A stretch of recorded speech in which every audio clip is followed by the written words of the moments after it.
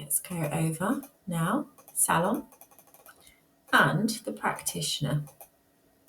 How to carry yourself, how to hold yourself within your workplace.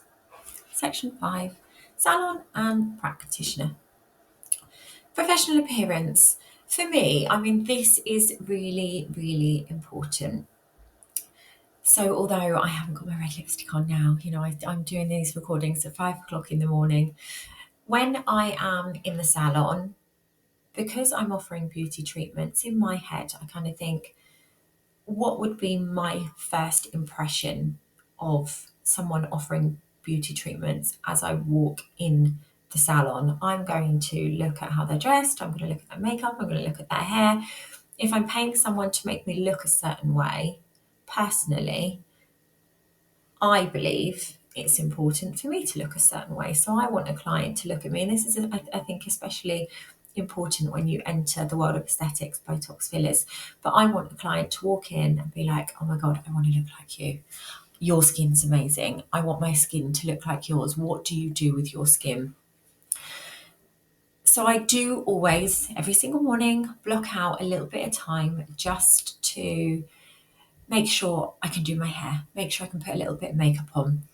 In terms of uniform, we wear black leggings and I've got a tunic that has my name on it and it has my logo. I'll put on a bit of red lipstick. And you know what? Not even just looking presentable, it gives you confidence. It makes you feel better. You hold your head up higher, you smile, you interact with clients more. So if I could give you a little tip, and this comes into kind of confidence and putting yourself on social media as well, make some time for you in the mornings to feel your best, because it honestly makes such a huge difference to how your day goes. In terms of professional appearance within this manual, so a tunic, plain black trousers. You don't have to wear black, but scrubs, a tunic, something smart, something that is consistent, something where people know and can associate you and your brand. Flat, clean shoes. Standing up all day wearing heels is not going to be fun. Personal hygiene. Make sure you have a shower. Make sure your armpits don't smell. Make sure you brush your teeth every morning and every night. Have chewing gum or mints next to your side. The worst thing you can do is have smelly breath when you're working really close to a client. Hair should be tied up. Have your hair tied up. Obviously, if you're massaging a client and you've got long hair and your hair is tickling their face, that is not going to feel very nice. So I always think hair up, out of your face. Nails should be a workable length. With the Ultimate Facial, we're giving you the CPD course, and then the assessments is kind of where you get that regulated qualification. So we're not too strict when it comes to the Ultimate Facial course, but for your assessments, you absolutely cannot have any nails. No tips, no SNS, no gel. You have to have clear, clean nails. However, when you are working within your business, just make sure your nails are short. Obviously, if you're massaging someone's face, you don't want long nails. The shorter the nails, the more hygienic they are too.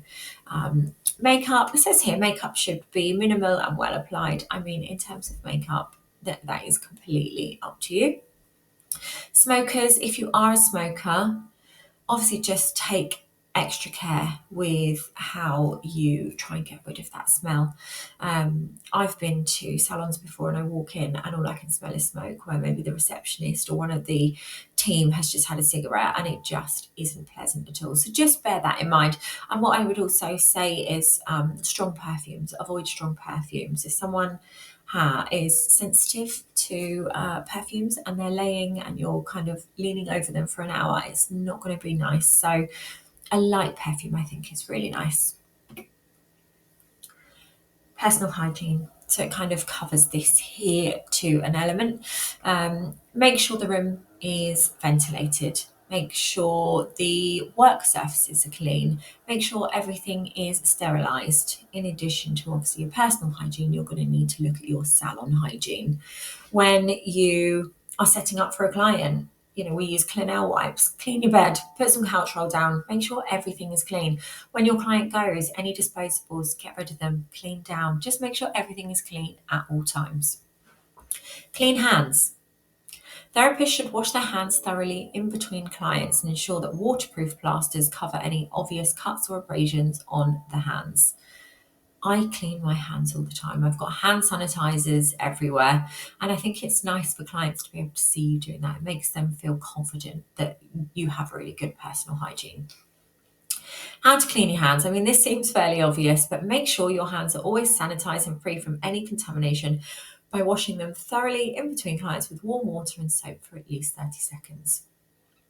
Also, place a bottle of hand sanitizer at your station during the service. The most effective way to use the hand sanitizer is to apply at least a dime-sized amount to the palm of one hand and rub both palms together for 30 seconds. So like I say, when I'm doing treatments, I have a hand sanitizer on my trolley. I have hand sanitizers as you walk into the salon. I have hand sanitizers on the side. I always like to make sure that my hands are totally clean. PPE. So, I mean, again, when you start to move on to some of the high risk treatments, PPE is an absolute must. When you are doing the ultimate facial, I mean, we're not as strict. However, for the assessments, you will need to wear an apron. And in terms of gloves, that's completely up to you. And in terms of masks, that's completely up to you for now. But those regulations could be set to change. When you are doing your ultimate facial training, you'll just wear an apron. When you are doing your assessments, you will wear an apron. No nails, don't need to wear any gloves. You don't necessarily need to wear a mask. However, if you'd prefer to wear a mask, you absolutely can. If you're feeling a little bit under the weather that day, then I would absolutely wear a mask. How to hygienically remove disposable gloves after use. I mean, I'm not going to kind of teach you to suck eggs, but have a read of this, and it does tell you to kind of how you put gloves on, how you take them off, whilst keeping that hygiene in mind. I mean, it does say in here about gloves. Let me just read this little PPE bit out for you. A new pair of disposable gloves should be put on immediately before each client if required. And a disposable apron is advisable to protect clothing. Both should be disposed of directly after the treatment. Hands must be washed before you put the gloves on and immediately after you have removed and disposed of the gloves. So just always remember, wash hands, gloves on. Personally, I would then hand sanitize whilst the gloves are on. And then when you take your gloves off, wash hands.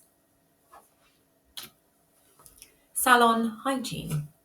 Tools in your station can be the culprit to spread infections between your clients if this matter is overlooked. Therefore, ensuring that your salon room is clean and adequately sanitized should be one of your top priorities. Failure to do so may cause damaging effects for your clients. It's really easy to keep everything clean, guys. Just make sure you have time either side of your clients to clean down and just make sure everything is completely hygienic. So the four primary methods of decontamination: cleansing, sanitizing, disinfecting, and sterilizing. Ideal salon setup. So it's important that you have the right setup for your clients. Sometimes I think, right, just a bed and chair, but actually, what if you have someone that is relatively short, or someone that's relatively tall, or someone that needs a little bit of extra support? It's important to take all of that into account. So a beauty couch, the adjustable height beauty couches are really, really helpful. You as the practitioner might be, 5 foot. And if you're 5 foot and you have a fairly high bed, it's going to be difficult for you sometimes to get to your client. So an adjustable beauty couch is really nice. Couch roll, towels, blankets, a beauty trolley. You're going to need a beauty trolley for all of your products. Barbicide, potentially, access to a sink, hand sanitizer, a ring light, an adjustable chair, pillows for clients, hand mirror. So there's a lot to take into consideration. So a little daily salon checklist here for you.